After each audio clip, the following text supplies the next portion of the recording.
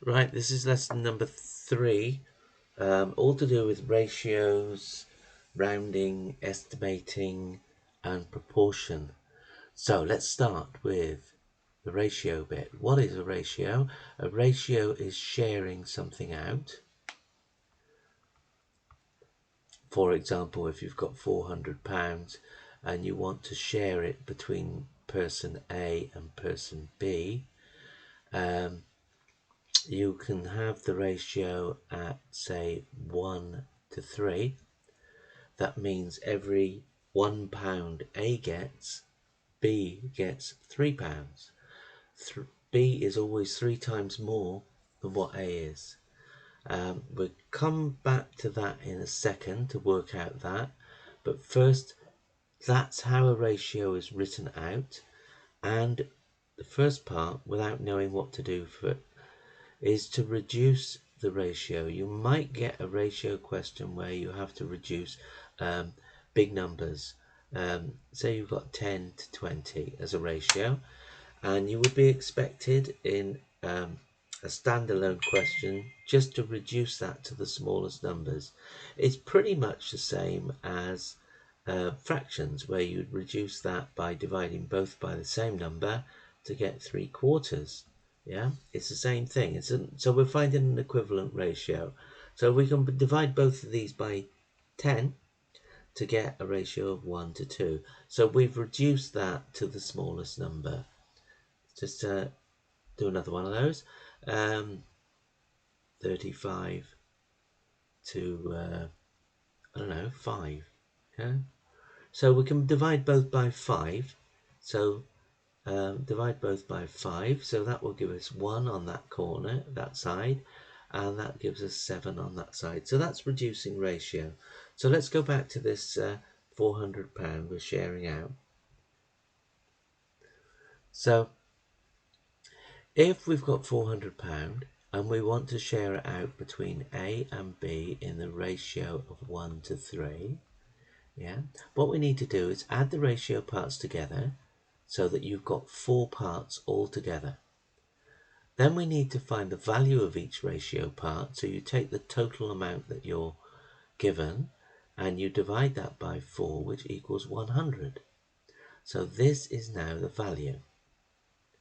And A will get 1 lot of 100, which equals 100. And B will get 3 lots of 100, which equals 300. So that together adds up to the 400, which was the total amount we started in the first place. So that's sharing the ratio out into 2 parts. You can have more than 2 parts if you like. Say we have, I don't know, we'll make the numbers easy, 600, and we're going to share it between A, B, and C in the ratio of 1, 2, and 3. Yeah, so we add the ratios. 1 plus 2 plus 3 equals 6. These are the number of parts of the ratio. And we find the value, which is 600 divided by 6, which equals 100. So this is the value. And then we find that A is 1 times 100, B is 2 times 100, and C is 3 times 100. Yeah, nice and easy numbers for demonstration. Perhaps they will be a little bit more awkward where you add them all up and you've got to divide by 11 or something like this. So yeah, but that's basically it. And that, that could be pounds, kilograms, buttons, Smarties, could be anything. Yeah. Now, when we've got the, say, the ratio of, so we make it purple paint,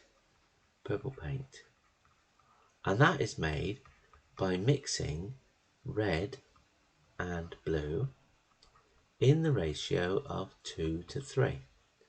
So we call it all litres, yeah? So if you have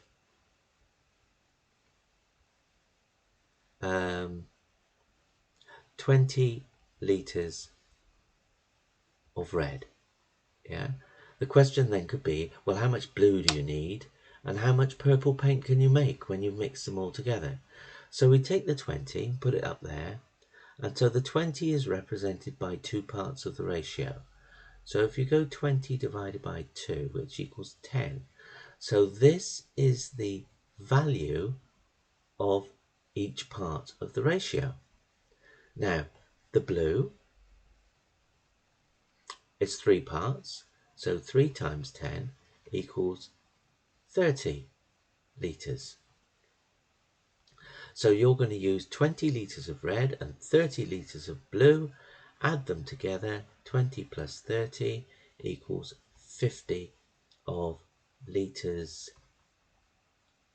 of purple. So that's when you know one side, and you need possibly to find the other side or the total amount. Now there is a shortcut if you're just asked the total amount.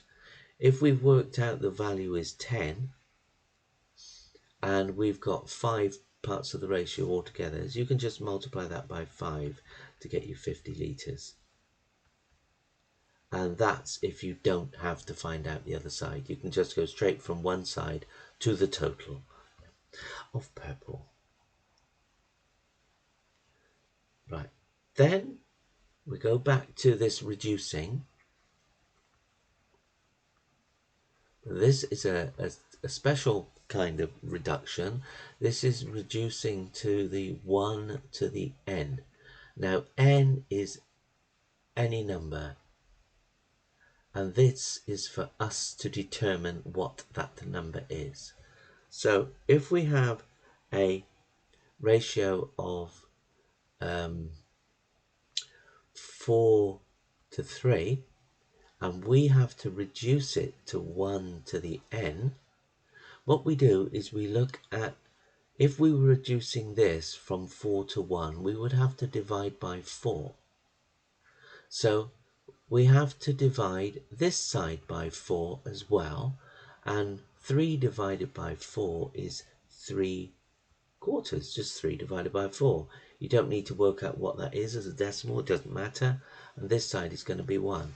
So you reduce that by looking at the number above the 1, and that is the number that you divide by, always. And you do the same division on the other side. You can reduce, let's say 6 to 2 or something like this. You can reduce it to n to the 1. This can be written round the other way. So we go over to where the 1 is, and we think, I wonder what that is. To get from 2 to 1, we would have to divide by 2. You're always dividing by this number. See, up there we divided by 4, and up here we divide by 2. So now you have to divide this side by 2. So 6 divided by 2 is 3, and you have the 1. So you've reduced 6 to the 2 to n to the 1. N is the number we have to find out what it is, and 1 is always 1. So it doesn't matter which side. Sometimes you can end up with a fraction, sometimes you can't.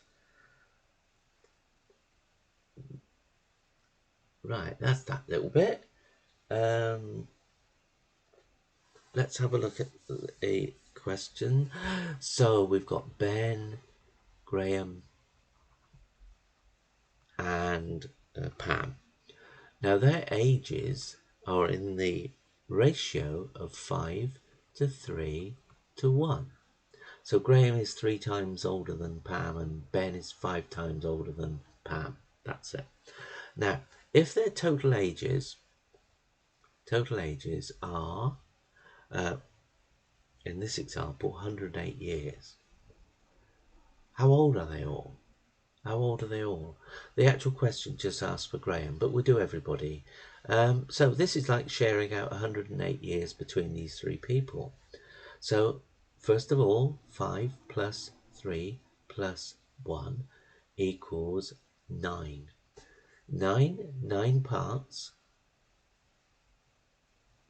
And to find the value of this, we divide the total years by 9, which equals 1, 2, 12. So this is the value in years of 1 part of the ratio. Value. Right, so Ben is 5 times 12, which equals 60 years old. Graham is 3 times 12, which equals 36 years old. And Pam is 1 times 12, which equals 12 years old. Nearly put 1 there, 12 years old. Okay, good. Right, now, sometimes we get our 3 people, Ben, Graham, we use the 3 people. They're different Ben, Graham and Pam. So we've got 2 to 4 to 3, okay? Now, this is the other way around that we can get this. Graham is 10 years older than Ben. How old is Pam? Right. Okay. Now all we've got to go on is this 10. So the difference between Ben and Graham is 10 years. Now, the difference in the ratio parts are 2. So 2 parts of the ratio represents 10 years. So if you do 10 years divided by 2, you've got 5 years, which is the value of the ratio parts. And Pam has got 3 parts times 5 years, which equals 15 years old. Yeah, and just for luck, Graham is 4 parts. 4 parts times 5 is 20 years old. And Ben is 2 parts. 2 times 5 is 10 years old. Yeah, so Ben is 10, and Graham is 20 years old, and Pam is 15 years old. And as you can see, Graham is in fact 10 years older than Ben, which is what they told us at the beginning. Then the next part is rounding. Now we can round in 2 ways: to decimal places, which is abbreviated to DP, and significant figures, which you could probably guess is abbreviated to SF, significant figures. So what's this all about? Well, rounding is, say you've got money, 4.99. You could round that to a fiver, yeah? So you would round to £5. Now, if you've got £4 and twopence, you would round that down to £4. Yeah? So when you're rounding figures, you're either rounding things up a bit or down a bit. Now, if you have £4.50, which is exactly in the middle of £4 and £5, which way do you go? You go up. So when you've got that 5 there, you go up and you round up to £5. Now, but we're doing it decimal places. Right, decimal places. We're round to decimal places. So we'll have a number, 3.18, and we want to round to 1 decimal place.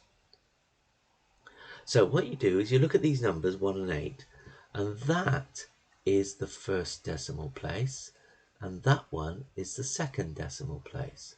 So you look at the 1 decimal place that you've been asked to do, and you go to the 1 decimal place where that number is. It's here where the 1 is.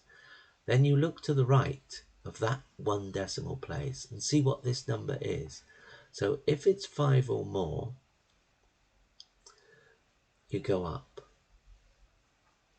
If it's 4 or less, you can just ignore it because it's too small to bother with, yeah? So this is more than 5. So by going up, what we mean is we add 1 back onto that. So that becomes 3.2. If you have 3.13 and you want to round that to one decimal place, there's the first decimal place.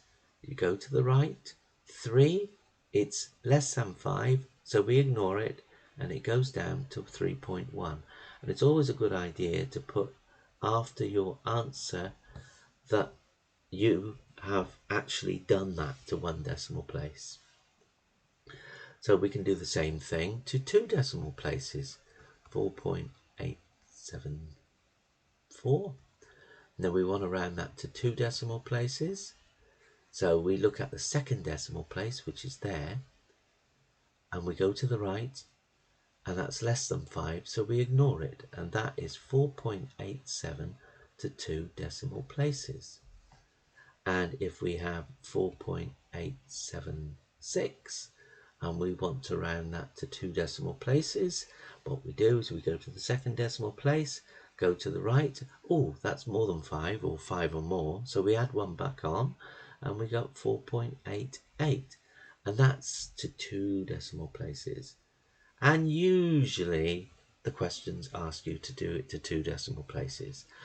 Okay, now we look at the more complicated one, which is significant figures, rounding to significant figures. Now, everything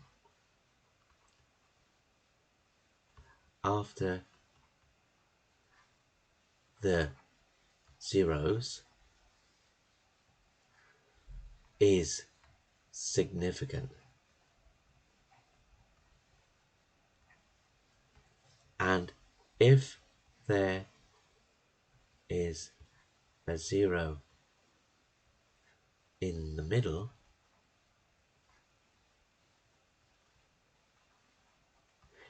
it is also significant. Okay, so how do we do this? Now, if we have a whole number, there aren't any zeros at the beginning, so we can have 483, yeah?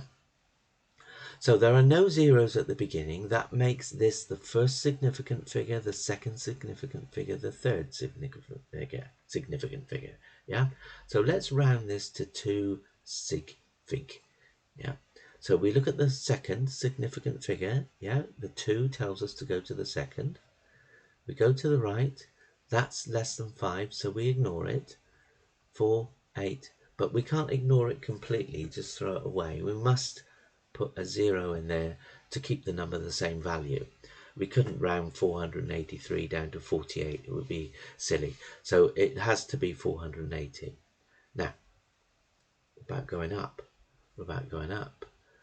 9, 3, 7 to two significant figures. So second significant figure is there, yeah, 1, 2, 3, go to the right, 7, add 1 back on, we'll come up to 940 to two significant figures. Much the same as decimal places so far.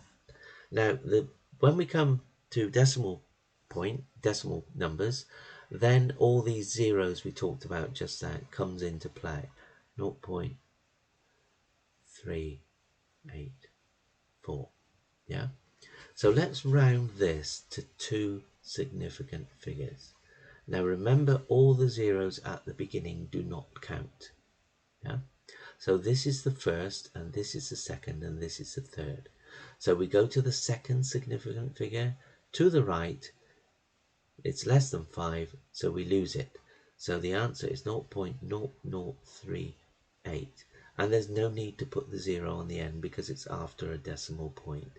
So that has been rounded to two significant figures. And if we have 0.00777 and we want to round that to two significant figures, we go nope, 1, 2, 3, and we go to the second and we go over to the right. Yes, it's 5 or more, so we add 1 back on, and that gives us 78 significant figures. Now, we talked about what if there's a 0 in the middle? Okay, so 4405, yeah? And let's round that to 3 significant figures. There are no zeros at the beginning, and so therefore that's the first, that's the second, and because this is a 0 in the middle, it's the third, and this is the fourth. So we go to the third significant figure, we go to the right, and it's 5 or more, so we add 1 back onto there, and we need a 0 to make the number. So that's where you have a 0 in the middle of what to do. It counts as a significant figure, and it's from there you go to the right. So 0.02035, yeah. So let's do this to 3 significant figures. So no, 1, 2, 3, 4. Third significant figure, go to the right, it's 5, add 1 on, 4, 0, 2, 0.0. So that is, we don't need to put the 0 there, so that's 3 significant figures. Now this number here, you can, if you're very unlucky, if we want to round that to 2 significant figures, you get into a really unusual situation. So no, 1, 2, 3, 4.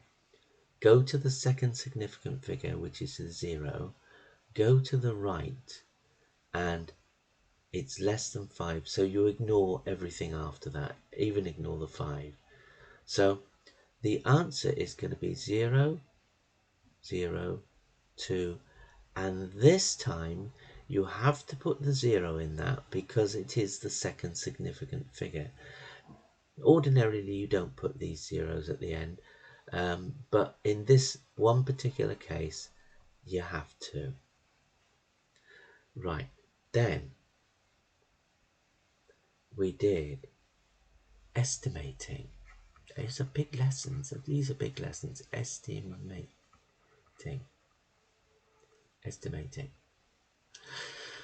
This is where you sort of round before you calculate.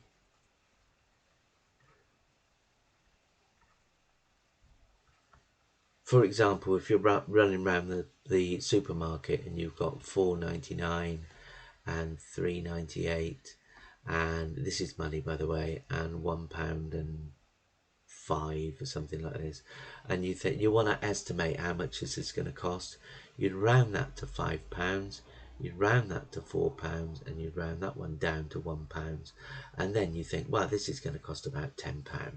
So this is estimating. So when you estimate, you always get a nice number at the end. So you don't round at the end, you round at the beginning.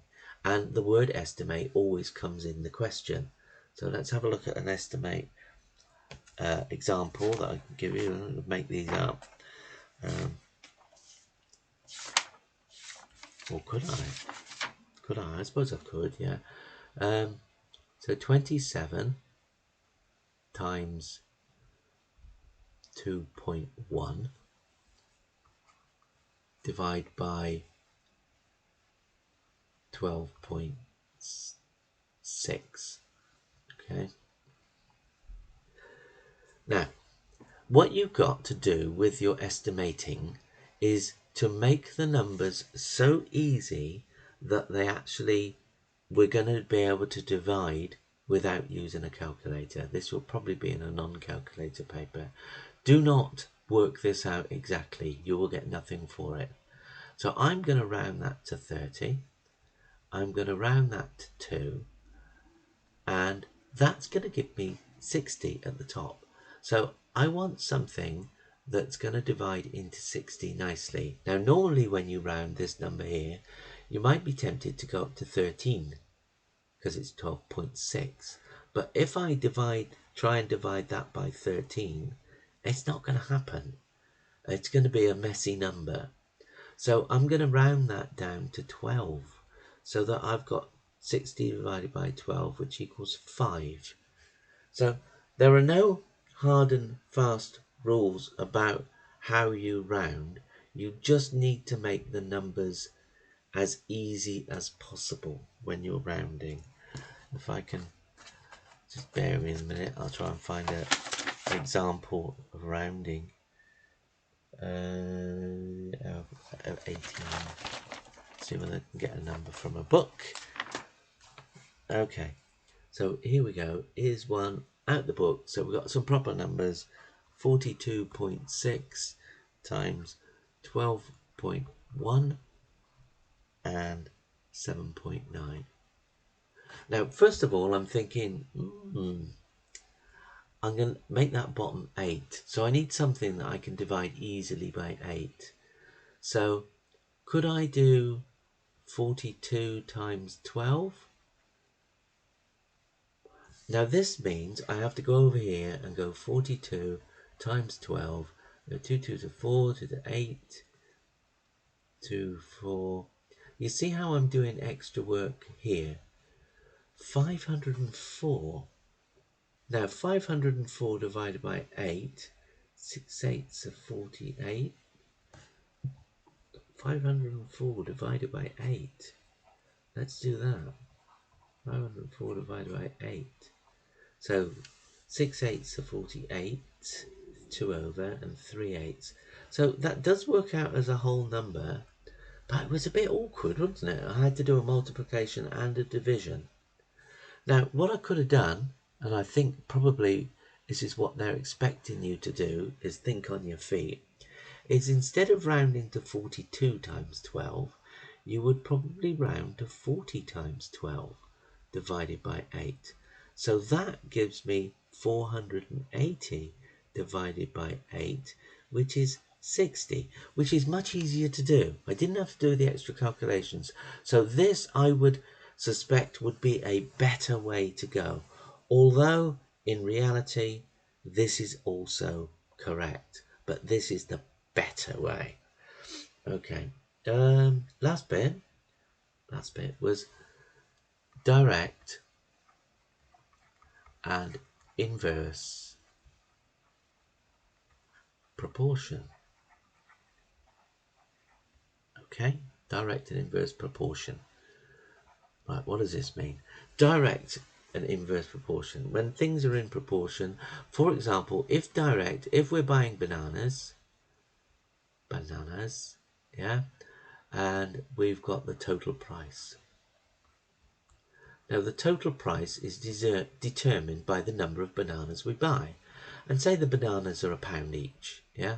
So if we buy one banana, it's going to cost £1. If we buy 3 bananas, it costs £3. If we buy 10 bananas, it costs £10. So you see, as the number of bananas go up, the total price goes up. So they're in direct proportion. As one goes up, the other goes up also. Inverse proportion is the other way around, and this is where like if you buy, we go back to the bananas, yeah, and we go into the wholesaler and we'll say we want to buy 100 bananas, yeah, and he'll say, oh, I don't know, £1 each, yeah. Let's move that down a bit. Yeah, so the wholesaler, if it says, if you buy 100 bananas, I'll sell them to you for £1 each. And then you say, oh, okay, I've got a big shop. Maybe I want to buy 1,000 bananas. So he says, oh, okay, I'll give them to you for 80p each. And, okay, let's buy all the bananas in the shop. Yeah, I'm going to buy 10,000 bananas. He'd say, yeah, you can have them for 50p each. So you see, this is inverse proportion, where the number of bananas goes up and the actual price per banana goes down. So there's a difference between direct and inverse proportion. So if I have a look at some some questions for you. Let's have a look so that I know I get these right. Okay, so here's an example of a direct proportion question. So you buy 5 pints of milk, and that will cost you anything, yeah? Cost you £1.30.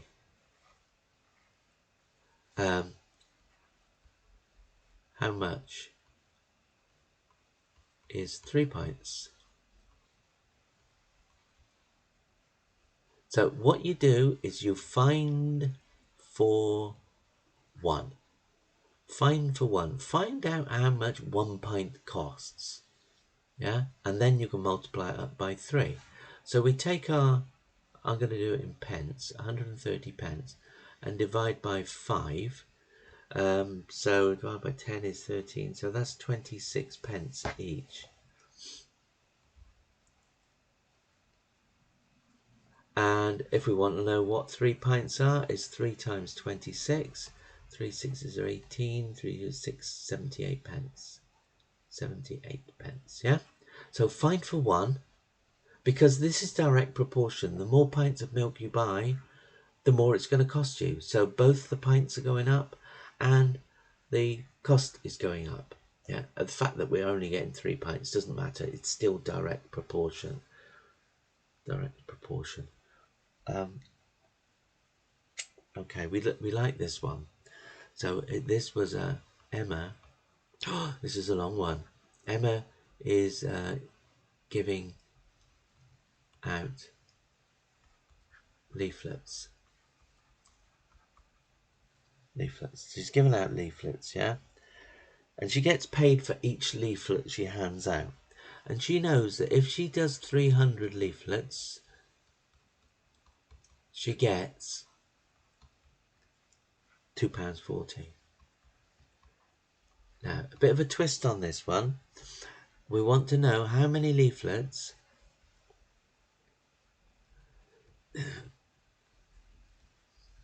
leaflets. How many leaflets does she hand out in order to get £8.50? So unlike the question with the milk, how much money does she get for 100 leaflets? This is, we need to find the leaflets, not the money. No, what we're going to do is change this into pence. So that's going to be 240 pence. Now we're going to find out how much she gets per leaflet. So she gets 240 pence for 300 leaflets. So that is going to be, I'm going to use a calculator for that because I can see what the answer is. It's 8, but it's, so I'm going to go 240 divided by 300. That gives me 0.8. Yeah, 0.8. So what does that mean? Is pence, leaflets? So she gets 0.8 pence per leaflet. Yeah, if she was getting £3, then she'd get a penny per leaflet to 300. So she only gets 0.8 per leaflet.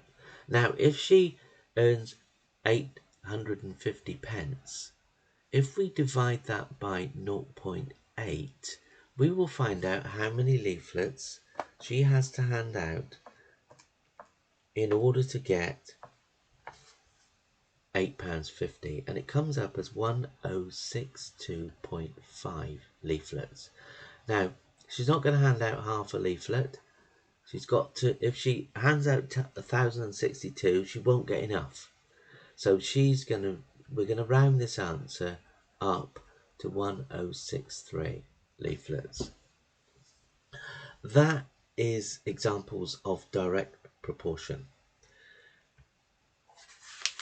There are many more. Now, inverse proportion.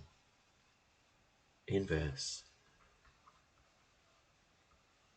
inverse. So it takes 2 carpenters, 6 hours to make 1 bookcase. Yeah. How long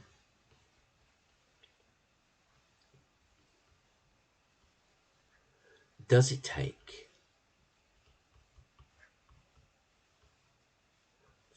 for, how many carpenters can we have? We'll have 8.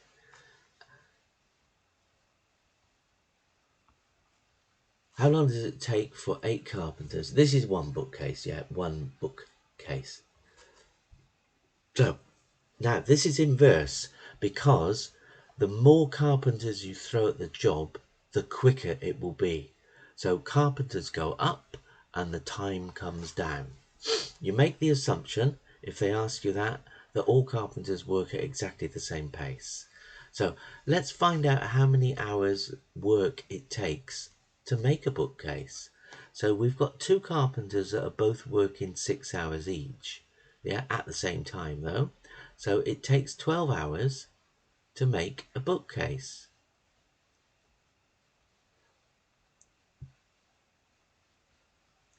And that's the strategy you need to find out, is how many hours worth of work is involved. Now we've got 8 carpenters, so we've got 12 hours worth of work divided by 8 carpenters, which is 1.5 hours. Inverse proportion. More carpenters, fewer hours. Okay, that's the end of that long. Oh, it was quite a long lesson. All right, bye.